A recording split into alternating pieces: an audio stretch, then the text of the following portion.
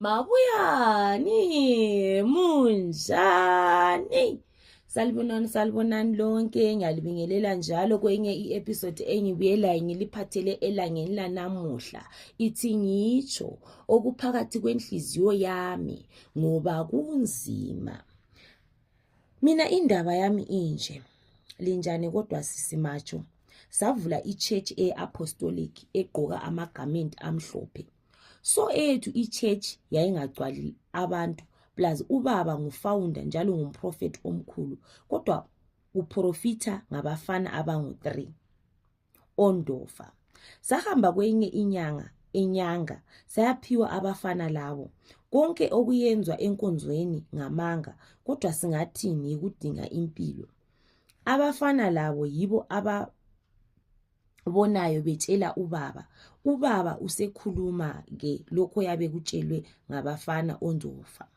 Mina lo baba yithi esibabonayo, ngaphandle kungabuya umuntu obonayo abafana bayahamba endlini. Lowana oyabe ebuyile kasoke ebabone abafana.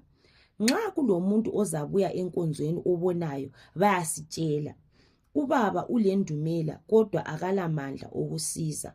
Kwezinye izikhathi ondofa labo bayangena phakathi ongingathi bayahlala ebantwini be-church.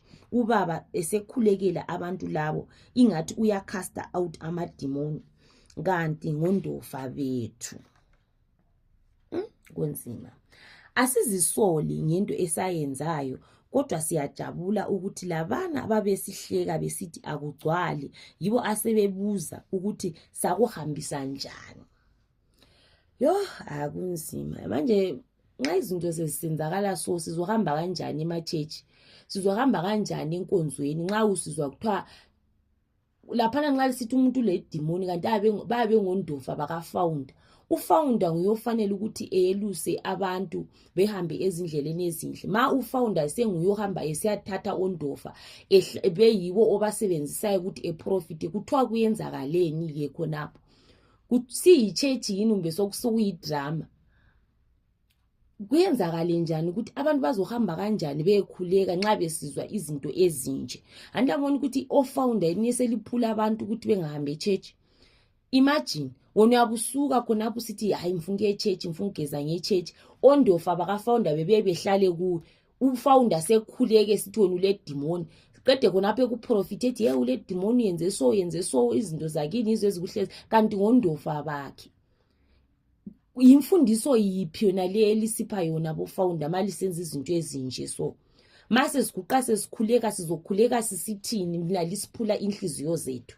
Ngoba lina yini elifanele ukuthi lisitshengise indlela ukuthi sihambe so, ukuthi nxa singafa sithole ukuphumula. Manje lina malini eselibuya labondofa benu bona labo lidinga indubela, lidinge ama-earthly things kodwa yini elifanele ukuthi lisitshele ukuthi singathanda ama-earthly things? Lina bofounder yini eselihamba lisayenza khonokho? Akulunganga.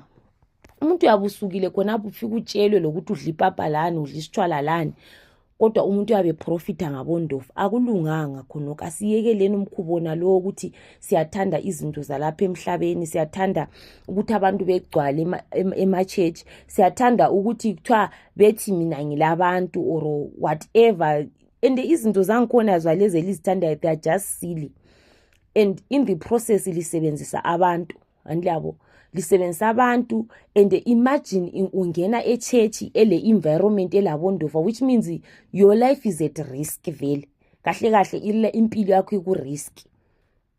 Imagine uyabuhleze e-church ondofa bekungene bekuhlale abantu bekucast. Obviously khonokho kungenwa ngabondofa emzimbeni wakho or phakathi kuwe, it's going to have something like an impact ezoyenza ku-health yakho. It's not healthy khali singathi akukho right. Kunzima esihlangana lakho. Okay, singathini akulanto esingayitsho. Thank you for listening. Ngiyabonga ngokulalela. Ndabonga.